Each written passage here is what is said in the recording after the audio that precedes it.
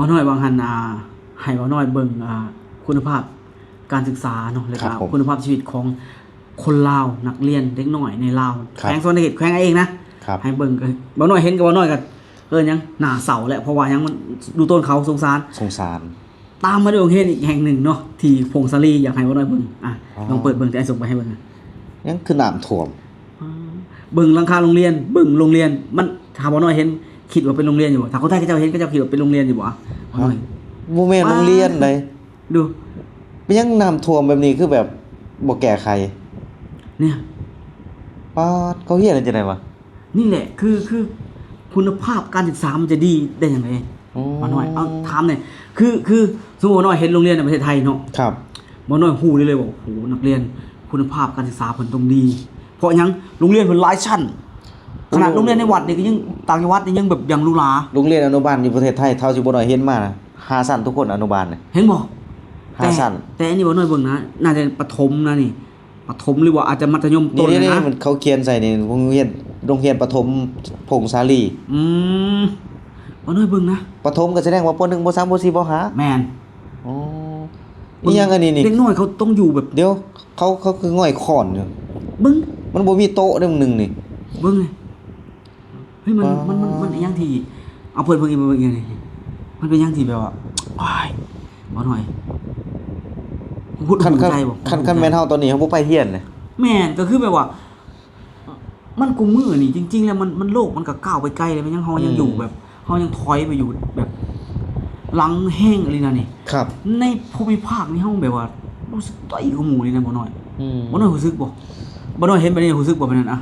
เฮารับบ่ได้เลยเนาะเฮาเด็กน้อยไปเรียนเขาสิอยากเด็กน้อยเขาสิอยากเรียนบ่คือบ่ใส่ใจอ่ะน่ะบ่ใส่ใจการศึกษาของเด็กน้อยอ่ะน่ะแม่นอันนี้มันต้องโทษไปถึงพุ่นน่ะเอาจริงนะคนรับผิดชอบน่ะแน่นอนคนที่รับผิดชอบเกี่ยวกับส่งสาธิการพุ่นนะแม่นคุณนะเพราะว่าภาพเหล่านี้เนาะครับมันบ่สามารถเอาฟ้ามึงปิดไว้ได้นะทุกคนมันคือโลกโซเชียลมันคือสิ่งที่สุดท้ายแล้วทุกคนก็ได้เห็นนะเป็นยังน้ำจึงท่วมคำถามก็คือโรงเรียนที่ตั้งต่ำพร้อม1 2โรงเรียนเจ้าเบิ่งสภาพโรงเรียนติล่ะน้ำมันหัวโอ้หลังคามันหัวมันเลยท่วมเพราะว่าโรงเรียนนี่เฮาเบิ่งนี่เบิ่งจากภาพนี่มันมีเนินอยู่เด้มันมีเนินนี่เบิ่งนอกโรงเรียนนี่มันมีคู่มีเนินอยู่ตรงนี้บ่เปียกเนาะตรงนี้เนาะมันมีเนินไงแต่เป็นยังมันถึงเปียกเป็นยังมันถึงน่ะหลังคามันหัว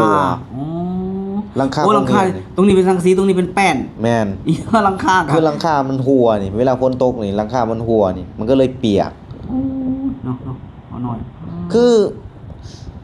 มันบ่พอที่แบบจะทุกข์หรือว่า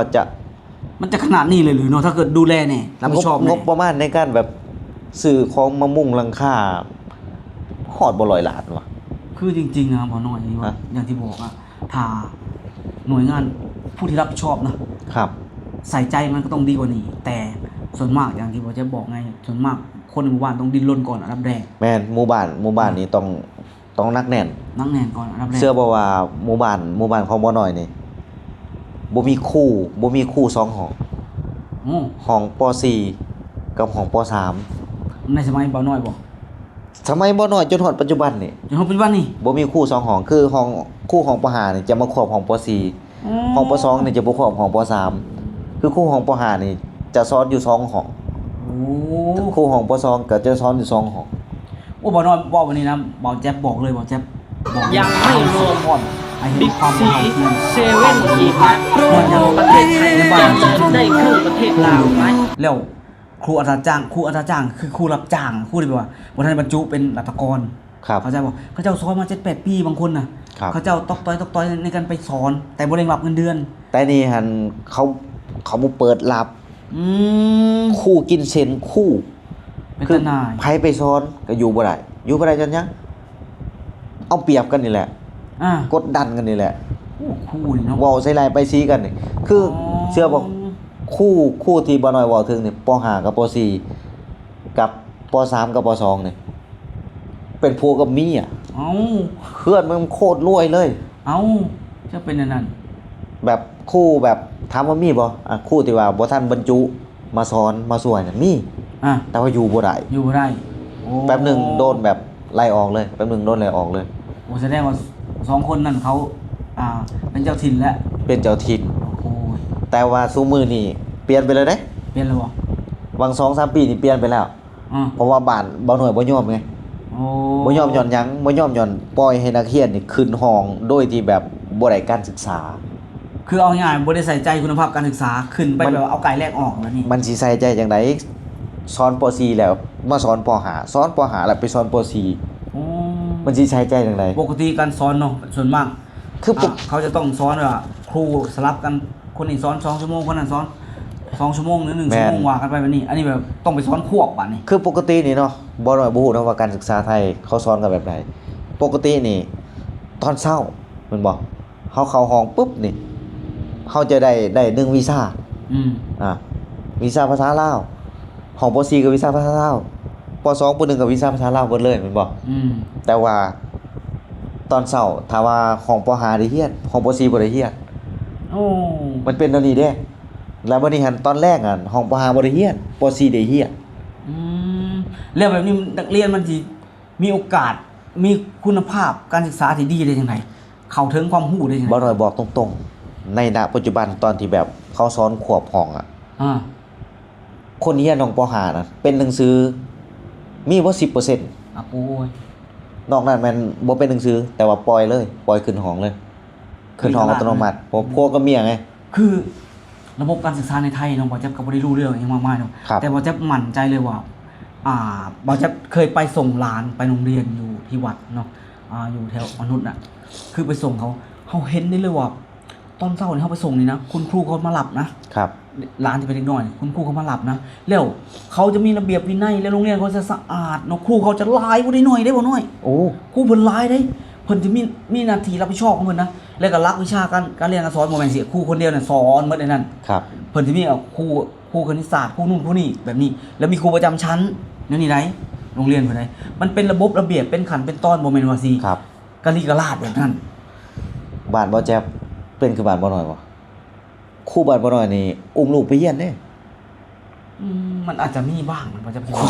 ครูของป .1 ลูก2คน อุ้มลูกไปสอน คนหนึงยังบ่ทันปะนม อ้าว คนหนึงนี่ปะนมแล้ว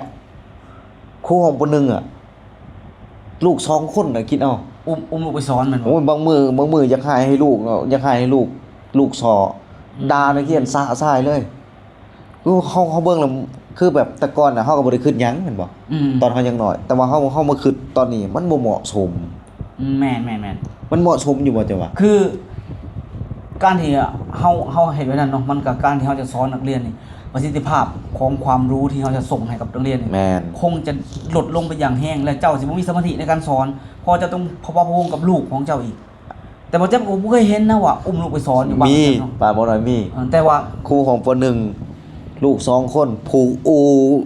อยู่โต๊ะนักเรียนนี่แหละ ยิ่งไปว่าเฮายิ่งฮู้จักคนเป็นหลายพื้นที่ต่างออกไปเนาะ ครับ เฮาก็ยังได้รับรู้ว่าการศึกษาของเราหรือว่าวิธีปฏิบัติของคนเรามันต่างกับคนไทยขนาดเนาะ แทนที่แบบปฏิบัติแบบนี้เฮ็ดแบบนี้ควรจะปลดออก เนาะ บ่ควรให้เป็นครูจริงๆนะอันนี้บ่แม่นบ่ดูถูกครูหรือว่ามาเว้าอิหยังครูมันบ่เหมาะสม คือการปฏิบัติการวาง คือ ตัวข แบ อบ งครูคนนี้เนาะ คือแบบเฮาใหญ่คือซุมื้อนี่เฮาคิดได้คือซุมื้อนี่เฮาย้อนกลับไปเบิ่งอะมันบ่เหมาะสม บ่เหมาะสม แต่ว่าแต่ก่อนเฮาบ่ได้คิดหยัง อืม เพราะว่าเฮายังน้อย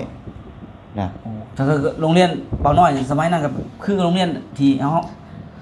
แต่ว่า อันนี้บ่ แต่ว่า ดี โรง กว่า เรียน นี้ โรงเรียนบ้านบ่น้อยนี่โชคดี ที่มีญี่ปุ่น ที่มีญี่ปุ่นเข้ามาช่วย อ๋อ เข้ามาช่วยแต่ดนๆเลยแหละ คันบ่ได้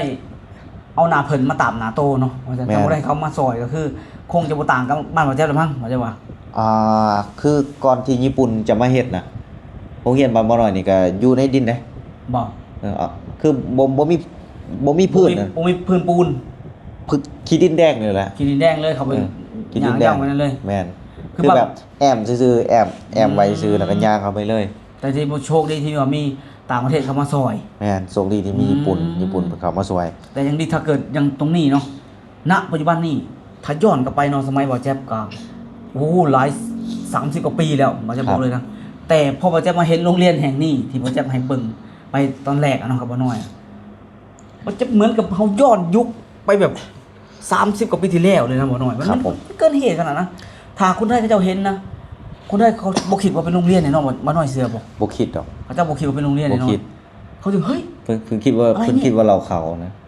เล่าเขาก็ยังสิอันนี้กว่าหันนะบ่น้อยนะอันนี้แบบว่าน้ำท่วมเด็กน้อยขึ้นมาง่อยอยู่พี่เรียนหนังสือนี่เขายังไปเรียนถือว่ายังหมด เหมือนกับลบภัยอ่ะ เออเหมือนกับสมัยสงครามแล้วเจ้าหนี้ เออ ลูกกระสุนลูกระเบิดแล้วไปหาเรียนอยู่ในตามถ้ำตามหูจังซั่น ใช่ แบบนั้นเลยพี่น้อง จักกี่เก็บสิมาวันใดจักแม่งฮอดสิมาวันใด ว้าวว่าแต่ว่าบ่จะพูดกันว่าโรงเรียนที่เฮาให้ FC เบิ่งไปเมื่อกี้นะที่ว่าเป็นมีน้ำยังครูนี่บ่ฮู้ว่าเขาเอิ้นหยังเพิ่นสิมีฐานะแบบใดเนาะนะแล้วครูยังอยากมาสอนอยู่บ่เรียนอย่างนี้นักเรียนนี่คือว่าอยากเรียนนะเขาถึงมานี่ว่าจังว่านะแล้วเขาเจ้าบ่เรียกร้องหยังบ่หรือว่าแล้วแต่ตามมีตามเกิดวันนี้ไปเลยบ่น้อย ก็อันนี้มันก็ขึ้นกับบ้านนำนะบ้านเฮานั้นรับชะตากรรมได้บ่ถ้าบ้านเฮารับได้คือเบิ่งบ่น้อยเบิ่งส่งแล้ว มันโพดโพได้บ่ บ่น้อยเบิ่งส่งแล้วคนในหมู่บ้านหรือว่าพ่อบ้านอีหยังน่ะ บ่ได้สนใจ บ่ไปสอดส่อง คือบ่ได้สนใจเอาไงวะ บ่ไปสอดส่อง อ่ะมีโรงเรียนแล้วอยากเรียนก็เรียนบ่อยากเรียนก็แล้วแต่อาจจะอย่างที่เนี่ยเป็นหยังคนลาวจังจบป .5 เขียนสื่อตัวเองบ่ได้นี่แหละบ่น้อยนี่แหละ แม่น บ่จังสิว่าแนวนี้แหละเหตุผลยิ่งฟังไปหลายจุดหลายหม่องหลายบ่ก็แตกต่างกันออกไปทุกคนเนาะ แตกต่าง เหมือนกับว่าการศึกษาของประเทศลาวเนี่ยบ่ได้เป็นระบบเดียวกันเลยเนาะถือว่าเป็นแบบว่าแยกย่อยออกไปเนาะแล้วแต่การปฏิบัติหน้าที่ของแต่ละที่หรือว่าความใส่ใจของแต่ละพื้นที่เนาะทุกคน ครั เนาะ บผม ก็คลิปวิดีโอนี้ก็ฝากไว้ประมาณนี้เนาะว่าน้อย ครั เนาะ บ ก็อย่างที่ทุกคนเห็นนั่นแหละก็คิดเห็นไว้ได้ก็ลองแสดงความคิดความเห็นมา ครับ สำหรับวันนี้บ่น้อยแล้วก็บ่แจ๊บลาทุกคนไปก่อนสวัสดีครับผม สวัสดีครับผม